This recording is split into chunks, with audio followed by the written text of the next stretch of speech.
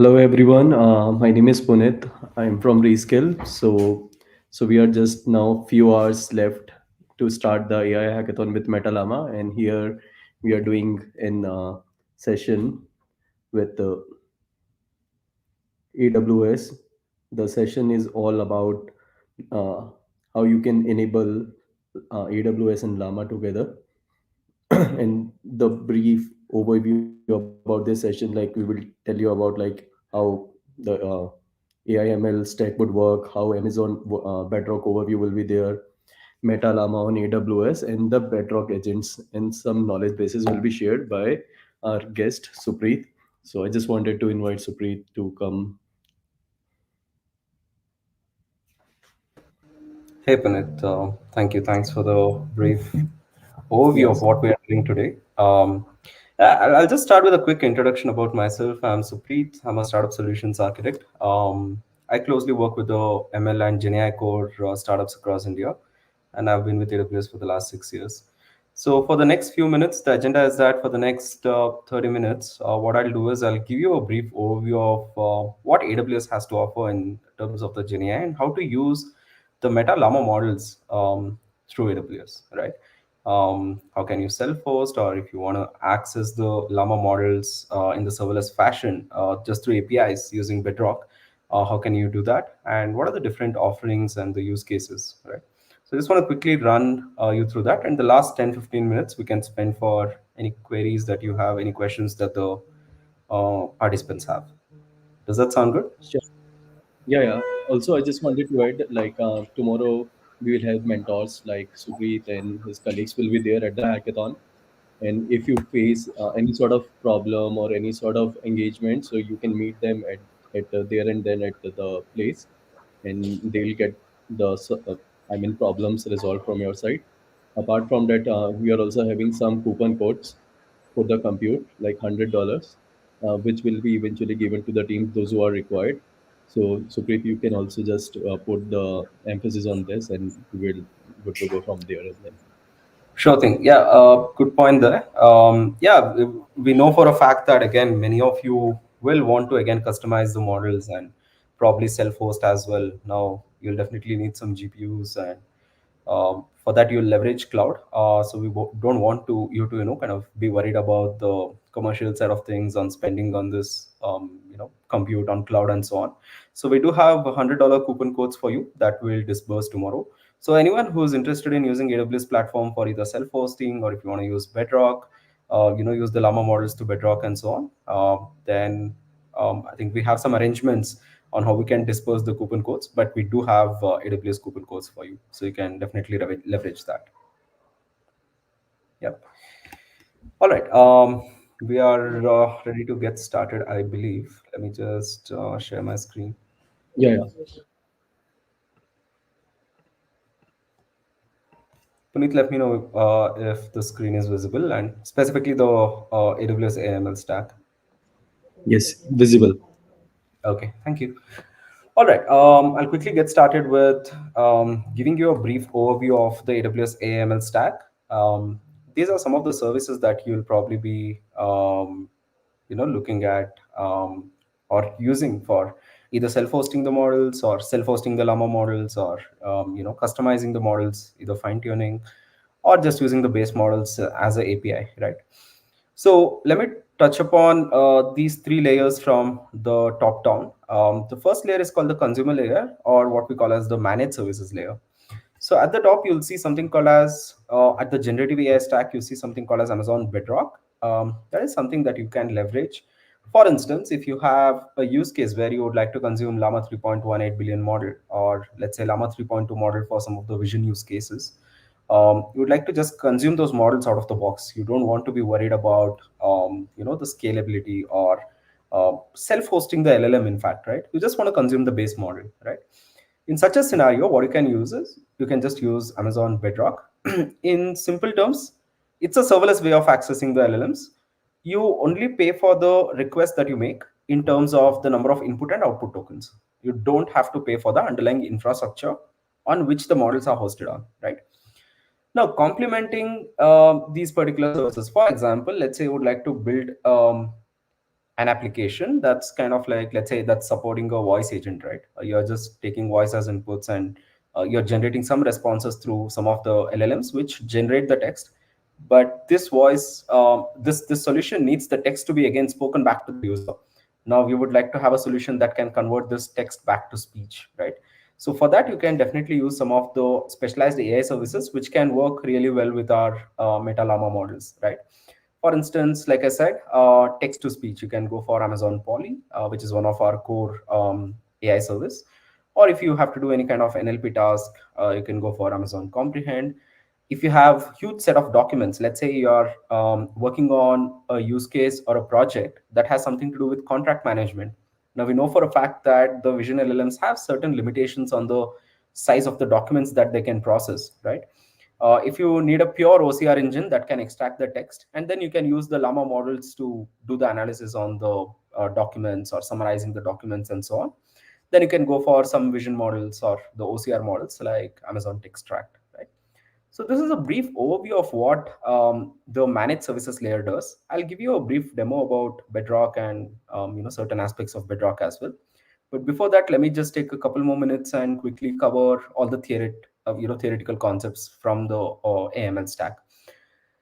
Now, let's say now the first layer that we talked about just now, the managed services layer, you don't have to worry about, most of these services, you don't have to worry about the underlying infrastructure or what models back these services. For example, Amazon Translate can translate text from one language to another.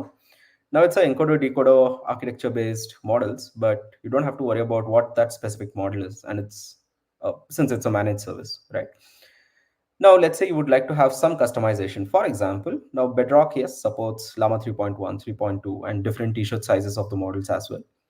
Now, let's get into a level deeper. Let's say you would like to customize the model, right? You want to fine tune the model a bit based on some domain data. You want to fine tune that model. When it comes to fine tuning the model, that means that you are just taking the dump of the base model, customizing it. And now, once you customize the model, you'll have to self-host the model artifacts. For that, you need some core compute, right? That's basically when you start heading towards the second layer of the AWS AML stack, which you see as Amazon SageMaker, right? Now, again, Amazon SageMaker, in very simple terms, you can just call it as a platform as a service or infrastructure as a service, right? Necessarily, it's EC2 instances, but optimized for your ML workloads, right? So when it comes to Amazon SageMaker, AWS will do all the undifferentiated heavy lifting from the infrastructure support standpoint or the framework support that you need. For example, you need some optimized AMIs for let's say model hosting, or you would like to consume, let's say you want to use Hugging Face, a library, you want to just import some models and work upon them. You want to use PyTorch, TensorFlow, and whatnot. You don't have to worry about spending a lot of time figuring out the dependencies and installing and so on. You just have to select one of the pre-built AMIs, that is the images, and then you can just build upon that, right? Necessarily for your model hosting, customization, fine tuning, and deploying it quickly, you can just use Amazon SageMaker and take care of things. So the sole reason why again we have Amazon SageMaker is we'll worry about, AWS will worry about the infrastructure. You just worry about your core logic or the core application logic that will help you build your product better. Finally, coming to the third layer, we have the ML infrastructure and the frameworks layer, right? This complements the second layer, in fact. Um, any framework support you need, PyTorch, TensorFlow, Hugging Face, Paddle, any of the framework support that you require. It's kind of like baked in to the SageMaker environment. And like I mentioned, again, the underlying instances are still EC2, but they're optimized to perform better for your ML workloads. You have support for CPUs, GPUs, and of course, we have our custom silicon chipset, which might not be relevant here, which is called Trainium and Inferentia. But it's again for our customers to take it to production, and where you require the price performance ratio to be very high. That's basically when we pitch a Trainium Inferentia, right? So that's a gist of what AWS AML stack is. Yeah, I would open for any questions. Please feel free to ask any questions that you might have, right? All right. Moving to the next step, let's take a look at some of the things, right? For example, I was speaking about some of the managed services or the first layer. That's basically our consumer layer, right? Amazon Bedrock is part of the consumer layer. Let's take a look at how you can access Amazon Bedrock. So I've just logged into my AWS account, and you can search for Bedrock here, right, in the console, and this will be the landing page. So for folks who are just getting started on Bedrock, or this is the first time you're using Bedrock, I'll just run you through a couple of steps that you'll have to ensure that you do to get access to the models. So for people who are planning to use AWS or Bedrock or tomorrow, this would be a good kind of like a starter guide for you. The first thing that you'll have to ensure is, again, choose the right region. Different regions have different availability of models, right? I would recommend US East 1 or US West 2, that is North Virginia or Oregon, where we have most of the models, right? In fact, all the models that Bedrock has to support will first roll out to any of these regions, right? So I'm in the Oregon region. What I would recommend is, if it's the first time that you're using Bedrock, and if you haven't requested for any model access, once you land in this particular page, on the left hand side, you have this option. If you scroll down to the bottom of it, called model access under Bedrock configuration. Just click on model access. This will show you the availability of all the models in this particular region, right? If you look at it, we have about 40 base models that we have to offer. I would recommend, again, scrolling down to the meta offerings, what we have. Llama 3.2, 1 billion instruct, 3 billion instruct model, 11 billion vision instruct. So if you have any vision use cases, we do have Llama 3.2 vision instruct models as well. Other models that we support is, again, from Llama to different t-shirt sizes, Llama 3, 3.1, and 3.2. So we have, again, depending on your use cases, like I mentioned, for the text use cases, you can use any of this, or if you have text and vision use cases, go for 3.2. So what I would recommend is, once you are in this particular page, click on modify model access. I currently have the access to all the models, but what I would expect from you is just select what models you require. For example, under Meta, just select all the models that you need access to. Click on next, and then you can just, I already have access to all the models. I'm unable to do so, but just click on the models that you need access to, click on next, and you can submit. And for Meta specifically, most of the models you'll get the access approved immediately. If at all tomorrow you face any issues with the model access, you can let us know, right? So that is the first step. The first step that you'll have to figure out is get the model access. Once you have the model access, now you are ready for any kind of experimentation that you would like to do, right? Now, for the experimentation, what I would recommend is, on the left hand side, you have something called as playground, right? Under playground, just click on chat or text, right? So here, what necessarily you can do is, you can, most of the times what happens is, again, we are spoiled for choices, right? We have a lot of offerings. Even Meta has a lot of models to offer, 3.1, 3, again, across different t-shirt sizes, coming with its own certain trade-offs, right? For example, the 405 billion parameter model might be very good for complex use cases where the response quality is very high, but comes with its own drawback, that the latency could be higher, right? The response time must be more than what the smaller models has to offer. For example, when you compare the 70 billion parameter and the 405 billion parameter model, you'll see that the 70 billion parameter model is much more faster than 405 for the obvious reasons. But the response of 405 billion parameter model could be much better. But there's always a trade-off. So for your experimentation, to understand what the latency is, what the response quality is, you can use this playground to do those quick tests. What you can do is, you can just quickly select the model, go to Meta, and let me just choose one of the models, right? I'll choose Llama 3.1, 8 billion instruct, right? I'm just gonna quick click on apply. Now I'm having the 3.18 billion instruct model here. If you would like to add any system prompts, you can definitely add system prompts. Let me try and load some of the examples that I might have, right?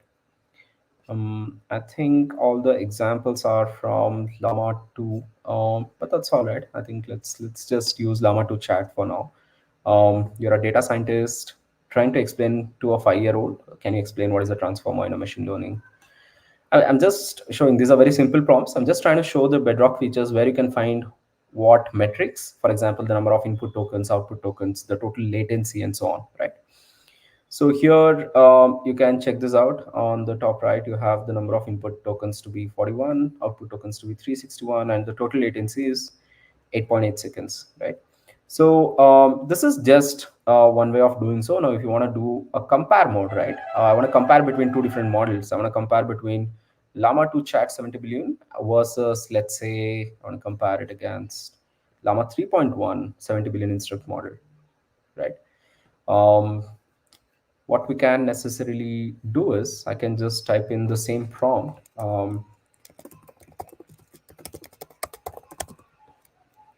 generative AI like I'm a 5-year old. I'm just asking both the models to explain generative AI like I'm a 5-year old, right? So this kind of helps you compare different LLMs head on head. So here you can see, I think the Llama 2 chat model was a bit faster for the obvious reasons. Again, here you can see, you can of course evaluate the model response quality. If you want to automate this as well and you want to take a much more kind of practical approach, you can definitely use something called as FM eval. This is also one of the AWS libraries, AWS built libraries for the foundation model evaluation, right? You can do any kind of evaluations on open-ended text generation, text summarization, Q&A, classification, again across different metrics such as accuracy, toxicity, semantic robustness, and any of the model metrics that you require. You can definitely use this library, and it does have out of the box integration with Bedrock. It's called model evaluation. So under assessments you have something called as model evaluation. There you can provide your data sets as well. If you have if you want to do any kind of human evaluation and so on, you can provide your data sets and you can run the evaluations, right? So that's basically just a gist of what you can do on Bedrock. Taking it to the next step. Now, let's say you just don't want to you just don't want to write a wrapper over Bedrock or any of the other API services, and just use the base model. You want to customize it a bit, right? So let's say you want to take it up a notch and you want to build a RAG solution, right? You want to leverage retrieval augmented generation, and you want to build a RAG chatbot, let's say, right? So there are two approaches again. Of course, you can choose your own embedding models. You can choose your chunking strategies. Then you can choose a choice of your LLM. Could be 3.1, Llama 3.1, 3.2, or 3 Llama 3 models, which will be the base LLM for your entire RAG solution. And then you can choose a vector database of your choice where you index the data and then do the retrieval and then generate the text, right? Now we know that again, all of this can be built natively by writing the logic yourself. But since again we are this is a limited time frame, we are working on a you are basically building your projects in a limited time frame for a hackathon. Sometimes some of these tedious tasks could be automated, and kind of you can leverage some managed services to do that. So Bedrock does support a managed rack solution, which is called knowledge base, right? Let me quickly show you how that works. um, like I said, what are the things that you typically do when you want to build a rack solution? The first thing that you would like to know is, what is my data source? Now it could be some unstructured documents, could be some structured documents that you want to put into a certain object storage, like could be Amazon S3. Or let's say you want to crawl certain websites where you need to take the information from, right? Or if you could have some third party data sources where you have shared a lot of documents or some internal documentation like SharePoint, Confluence, or you have some CRM data as well on Salesforce. So you can choose any of these data sources. I'll just let the name be as is. And let me show you what it takes to just build this RAG workflow, right? So I'll just give a data source name. I can select one of the S3 data sources as well. Let me do one quick thing. I'm just going to change my data source to, let's say, a web crawler. I want to index one of the websites. And what website should I index? Let me just take our hackathon page itself and index that, right? All right. I'm just going to leave the rest of them. Basically, this is on the frequency of the scraping and the crawling speeds and so on. So I'll just let it be as is. If you want any kind of custom chunking mechanisms as well, you can basically define those. semantic chunking or hierarchical chunking and so on.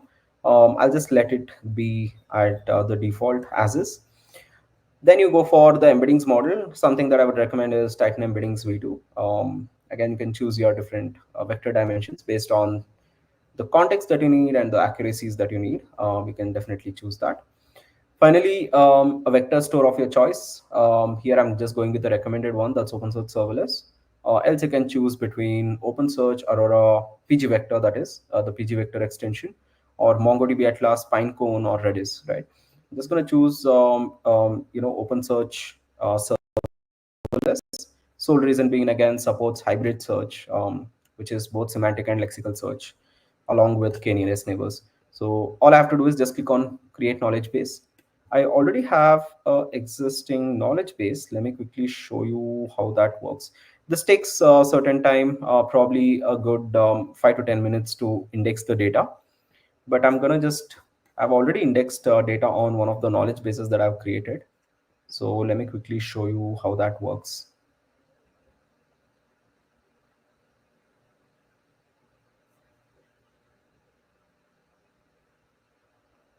All right. So we have the Meta Hackathon here. Here you can see the knowledge data source that I have is a web crawler, and I've crawled this particular website. I'm just gonna choose my model. I'll be heading to Llama and Meta, and I'll choose, let's say, I think 3.1, 70 billion should be good enough. All right. I'm just gonna say share more details about the hackathon. Think by now I should have synced it. Yeah, all you have to do is once you choose the data source, right? You just have to click on this once the data source is all set. And every time you update the data source, ensure that you sync it right.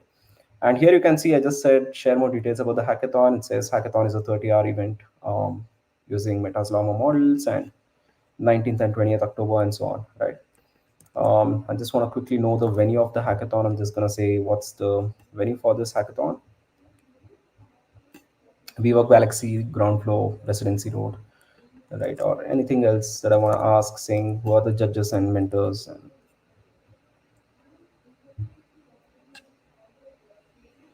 yeah.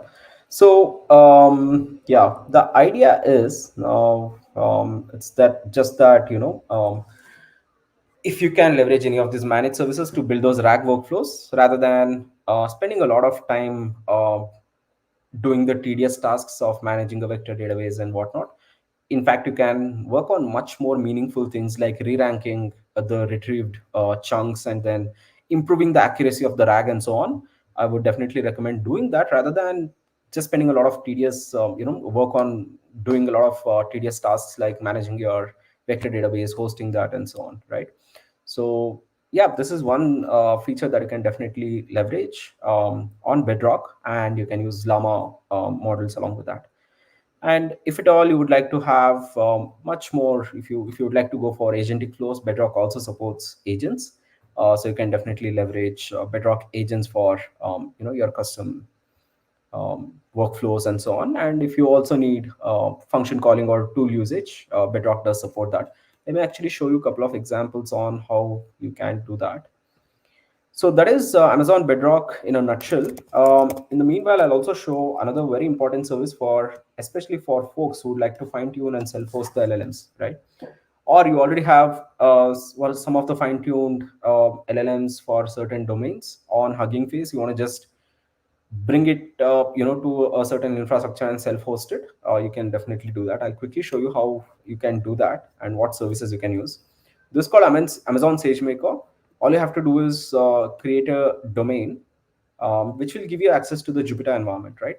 You just have to click on set up single user and a quick setup and click on setup. That barely takes about 5 minutes for you to set up the entire domain. And once the domain is created, this is the view of what you'll see, right? Here I want to just show a couple of features that are super important. On the left hand side you see something called as jumpstart. So I'm going to quickly show you what SageMaker jumpstart is. It's, you can just call it as GitHub of models, right? It's like Hugging Face, but mostly on the models that can be hosted on AWS, right? So it's a hub of pre-built solutions and LLMs which are one-click deployable. So when I say one-click deployable, for example, let's say Meta, I'll just choose any of the solutions, right? I have Meta Llama 3.290 billion vision model, right? So I can just quickly open this and you see this deploy button here, right? All I have to do is just click on this deploy and it deploys the model for me end to end. I don't have to worry about writing the deployment script or any of those things, right? Choosing the right infrastructure and so on. So there are certain recommended GPUs for different t-shirt sizes of models and so on. And you get a very good understanding of what the model is as well. So you see a model card here, what the model architecture is, what is the data volume it's been trained upon, what are the metrics, of this particular model and so on, right? What are the benchmarking numbers for the model and so on. So you'll clearly get a understanding of what this particular LLM can do, what are the art of possibilities with the LLM, and what are the best practices. In fact, what you can do is you can look into one of these notebooks that talks a lot about your prompt engineering guidelines. How do you get the best results out of the Llama models and so on, right? Now, taking it up a notch. Okay, before that, let me actually show you a couple more things. Let's say I want to fine tune a LLM as well, right? In fact, let's say 8 billion instruct model. You can just go here. You see this train option, right? So I'm just going to click on train, and whatever data set that you have that you want to train this LLM upon. Now, all the LLMs, of course, expects the data to be in a certain format, right? So all you have to do is in this particular S3 location, you just have to, you just dump the data onto a certain S3 location and share the location or the S3 URI. S3 is nothing but our object storage. You can just share the location and set your hyperparameters on the number of epochs, LoRa, LoRa alpha if you're using LoRa, in fact, or any quantizations that you require. You can just mention all of that. And once that model is fine-tuned, you can automate the deployment as well. So necessarily don't have to really write the fine-tuning script or worry about the underlying infrastructure. Just dump the data in a single place. Just refer that particular location, set the hyperparameters and click on train. And it will train the model and deploy it for you, right? Of course, there are some drawbacks. Again, there are certain customizations that if you would like to achieve some optimizations that you want to do in the model hosting and so on, that is something that you can do through the Studio Classic notebooks, right? Um, Let me actually show you a couple of examples on how you can get there. So first thing is you'll have to go to SageMaker Studio Classic, create an application here, and just click on open. Very simple, pretty straightforward. You'll just see all the options yourself if you're trying it for the first time as well, and that will lead you to this particular homepage, right? That will lead you to this particular homepage. All you have to do is, for example, there's a very nice GitHub repository that AWS maintains specifically for Meta Llama models. It's called Meta Llama on AWS. This is the GitHub repository. We'll share all these details tomorrow as well. So this has a lot of notebooks and example or sample notebooks, which can be used as boilerplate template and built upon, right? For example, you want to understand how you can use function calling or tool usage on Llama models on AWS, or you want to just do some synthetic data generation for your, let's say, RAG evaluation, or you want to fine tune LLMs and so on, or fine tuning recipes for the Llama models itself. So any of these sample use cases that you want to run and test it out, all you have to do is just go to this GitHub repo, copy the clone link, come back to the Jupyter Studio Classic environment, click on Open Launcher. Here you'll see a system terminal where you can run all your system commands. All I'm going to do is just say git clone this. I've already, in fact, cloned it. So it says already exists. But yeah, necessarily it clones the entire repository for you. And on the left-hand side, you can see Meta Llama on AWS. Yeah, there you go. I have all my notebooks that I would like to run. I can show how you can run a couple of notebooks as well. Let's say advanced prompting, right? I want to understand how I can, what are the advanced prompting techniques that are there for the Llama 3 models, right? Understand a bit more about prompt engineering, chain of thought, self-consistency, prompt chaining, and so on. So all I have to do is just clone the repository, double click on this, And here you get an option to choose your compute that you require. Here it's just a simple notebook that I'm running, so I'm using a T3 medium, which is one of the smallest instance sizes. If at all I have some use cases where I require support for um, PyTorch or any of the frameworks that I require, so I can just click on this drop down and you know kind of choose whatever framework support that I need. So here you can see TensorFlow, CPU optimized, GPU optimized. If I want access to PyTorch 2.4 as well, I can get 2.4 with Python 3.11 kernel, which is GPU optimized. I can choose that image as well. Necessarily, what happens is if you choose any of these images, it comes pre-installed with all the dependencies that you require for PyTorch environment. So you don't have to worry about installing all that from scratch, right? So once I choose the instance and the environment of my choice, I can just run these notebooks again and get things moving, right? So yeah, this is SageMaker, where you can work on self-hosting your LLMs or fine-tuning your LLMs and hosting them here. And this is just one of the sample notebooks. I would definitely recommend um, not just using Llama on AWS, but just using Llama in general. There are a lot of best practices that you can learn from these notebooks on this repository. That's AWS samples, and within that you have a repository called Meta Llama on AWS, right?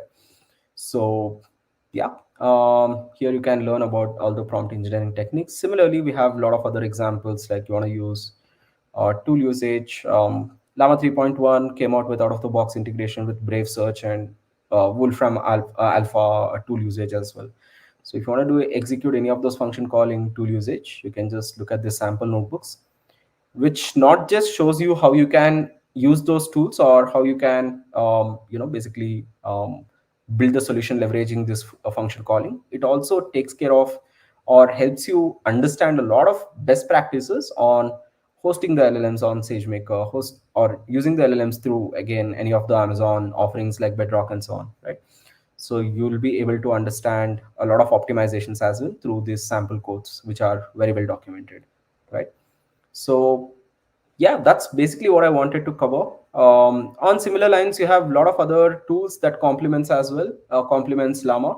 For instance, you are executing some of, let's say, like I said, processing huge documents which need some contract management or PDF processing and so on. You can leverage tools like Amazon Textract. Though vision models, even Llama 3.2 has again certain limitations on the size of the documents and so on. Here you can just process documents which are kind of like hundreds of MBs together as well, right? Can span to GBs together as well. So you can leverage something like Textract that can act as OCR. You can fetch these details and then feed it to the LLM to do some analysis or summarization and whatnot. Right. So there are a lot of other services you can definitely explore. You just have to click on all the options and search for machine learning. So there are all the other services that complements Bedrock and Llama models on Bedrock. So you can take a look at all the other models as well. For vision models, image analysis, video analysis, you have something called as Amazon recognition. On similar lines, Amazon Poly for text to speech and so on. But yeah, please do leverage or utilize or make the best use out of these AI services that can complement the Llama models really well for your use cases, so that you don't have to build everything from scratch. So yeah, that's pretty much what I had to cover. Would like to take up any questions that we have.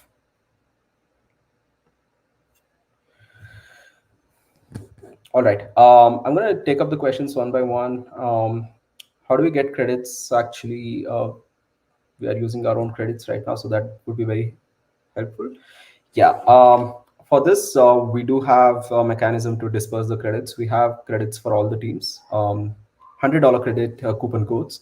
So tomorrow at the event, we do have a dedicated AWS team. A couple more folks will be joining me, and you can just reach out to us or the organizing team as well, and we should be able to help you out with that, right?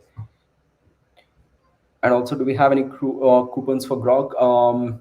Unfortunately, no, I'm not aware of that. Puneet, you can pitch in if we have any coupon codes for Grok. But as far as AWS is concerned, we do have coupon codes for AWS, but not for Grok maybe. Is there any support for Indic languages? Yes, of course. A lot of LLMs do support, including the meta models as well, support a lot of Indic languages. Just have to do the tests on what languages are supported, and there are a lot of customizations or fine-tuned models as well for certain languages and whatnot. You can find those in the Hugging Face, and you can come back to SageMaker and self-host them, right?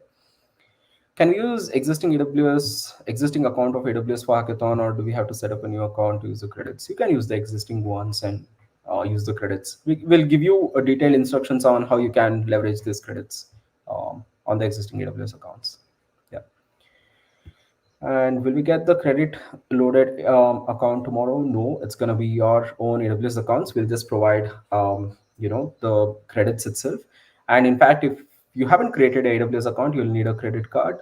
Just ensure all those things are sorted out. You can just create a new account for yourself, and then you can leverage the credits that we provide. Right. What format should these documents be? Text, JSON, PDF. All of these are supported. Images, yes. In fact, PowerPoint presentations, even those are supported. So pretty much supports a lot of variety of document types. If at all there are certain document types that are not supported, then you can definitely kind of have some pipeline to convert. For example, even Word docs is supported. Let's say a Word doc is not supported, have a pipeline to convert this Word docs into PDF, and then you can index the PDFs and you can use that, right?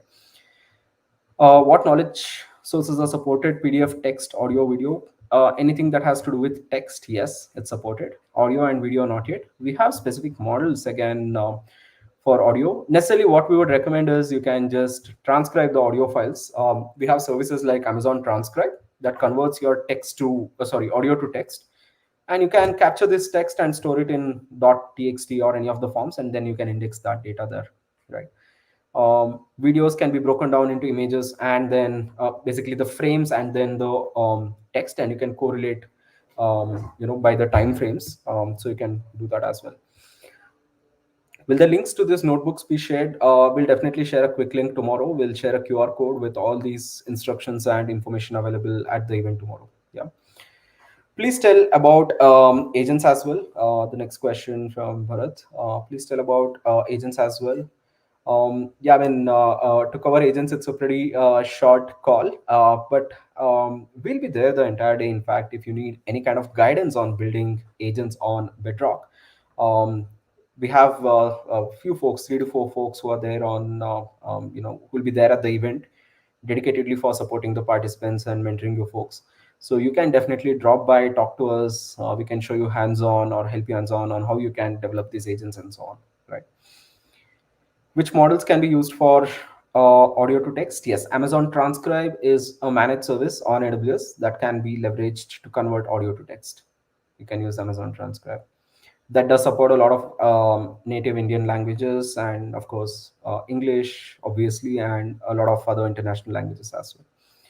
How to use the knowledge base dynamically if you want to create bot for different enterprises? Um, if you can elaborate a bit on this question, how do you use the knowledge base dynamically if you want to create bot for different enterprises? Yeah, I mean, there are some security measures. There are some role-based securities that you can access controls that you can implement. What you're necessarily asking for, I believe, is you have indexed the data for multiple different enterprises, and the data shouldn't be shared across enterprises. Is what you're asking for, is what I understand. In that scenario, yes, one is, of course, building different knowledge bases, having different data sources all together. That is the most recommended fashion. But if you already have a data lake that consists of all the data that you have across enterprises, we can definitely kick in role-based access controls as well. Yeah, I would love to connect with you further on what you're building and how we can help you out. So we'll be there tomorrow. You can definitely drop by, and we can have a detailed discussion on that.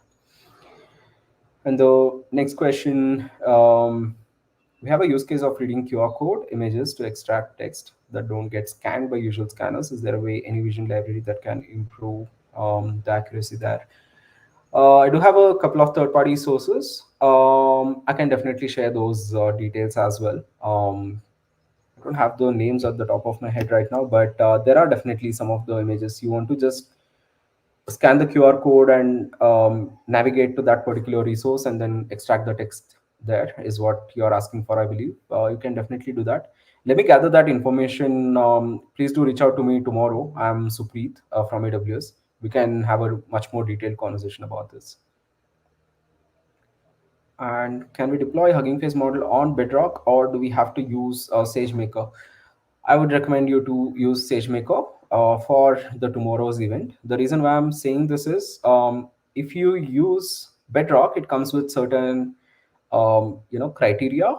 We use something called as provision throughput, because necessarily to self-host most of these models, you need powerful GPUs, which needs certain commitment in terms of dollar amount. So unfortunately, I don't think the coupon codes that we are providing will be sufficient enough, because those are thousands of dollars of commitment that you'll have to make to self-host on Bedrock.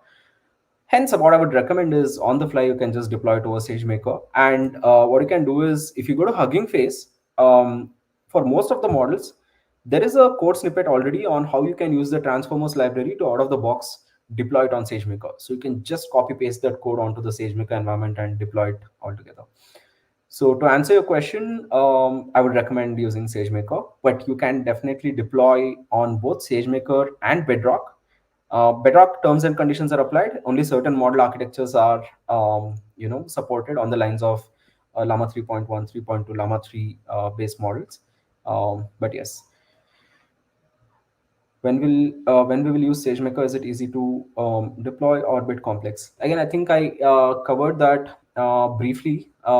When it comes to SageMaker, if you use SageMaker Jumpstart, you have one-click deployment. All you have to do is, at the click of one button, you can either deploy the model, or you can provide your location of the training dataset and click on train.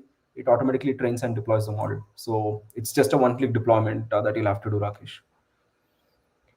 All right. Next question is how to use guardrails within Bedrock. We are still new to security architecture on LLMs. That's a very good question. You would have pretty much come across Nemo guardrails. That's by NVIDIA, right?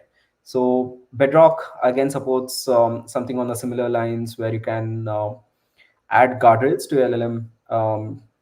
Your not just your responses. Guardrails come in two steps. One is, when the user query comes in, there could be a guardrail which will filter out certain, which looks for certain words or toxicity in the query and so on, and doesn't let the request even hit the LLM in the backend, right? So this is one layer of guardrail. Sometimes what happens is, there are some jailbreaking prompts that you can use. You can be very, kind of like cautious or very nice in the prompt. Ensure that the prompt goes back to the LLM and get some very, critical data, or try to make the LLM say out things that it is not supposed to. So there are two layers of guardrails. One is at the query level. The second one is, once the response comes back, there's another guardrail layer which looks for any of these toxicity or any kind of vulgarity in the responses and whatnot, and then gives the response back to the user. So you have Bedrock guardrails to do that. It's just a configurable thing. You just have to create a guardrail. It's few clicks. It's nothing complex. You just have to configure certain steps, and then you can start integrating that with any of the LLMs that you use over Bedrock, right? If you need to further dive deep into this, you can definitely reach out to us tomorrow. We can just do a quick 5 minutes demo and show you how you can do that, right? How can we access the deployed SageMaker models externally via API? So you get a model endpoint, again using Amazon SDK, right? So AWS SDK, using any of the programming languages that you're comfortable with. For example, if you're using Python, we have something called as Boto3, which is the AWS SDK for Python. So we have specific API calls called, let's say, invoke endpoint, and you just provide the endpoint name and provide the payload that directly hits the model, right? You can expose that through, again, API gateway, or you can have a fast API based mechanism, and you can just host these models that way. So you can expose it to the front end application or to your end users by having an API in the at the front, and then leveraging AWS SDK to basically make the calls to your models. All right. I think we are right on time. But yeah, any other questions that any of the participants have? I'm pretty sure, again, I might not have been able to cover all the concepts in depth, but would definitely encourage you to kind of drop by, talk to us tomorrow. We are there the entire time. We'll help you out with whatever's required. Definitely. Adding to that, Supreet will be there with you. You can bother Yeah, him as much as you can. And sure. thank you so much, Supreet, for doing this. We're very happy to have a AWS with us also tomorrow. And if there are any more questions, hold them for tomorrow. The coupons would be provided to conclude the main thing. And I think that's all if there are no other questions. Okay, and we'll see you everyone tomorrow in Bangalore here. I hope everyone is already here on the way. I've been talking to a lot of them. There's one question, Sapreet, if you are okay answering it. Yeah, yeah, of course, sure. Have vast amount of data available. Enterprises want to restrict limited content. Yeah, how do we restrict content that the user can do? Yeah, again, coming back to guardrails and modifying your system prompts, filtering out the responses, guiding the LLMs, and telling it what it can do and what it shouldn't. So there are certain aspects to it, right? Security in LLMs is a very major thing. So responsible AI is what we call it. Yeah, you can use Bedrock guardrails and system prompts specifically for all of this. For your role-based access, basically, if you need to have some access control to differentiate or logically, kind of differentiate between data sources across different clients, there are mechanisms to do that. Again, might be very short response, but um, again, like I said, please do connect with us tomorrow, and we can show you live examples of how we have done this, how the POCs that we have, and we can show you live demos of all these use cases to you, and you can build upon that.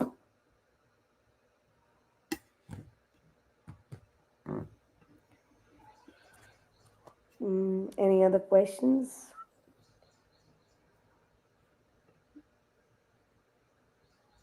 All right. Thank you everyone for joining us.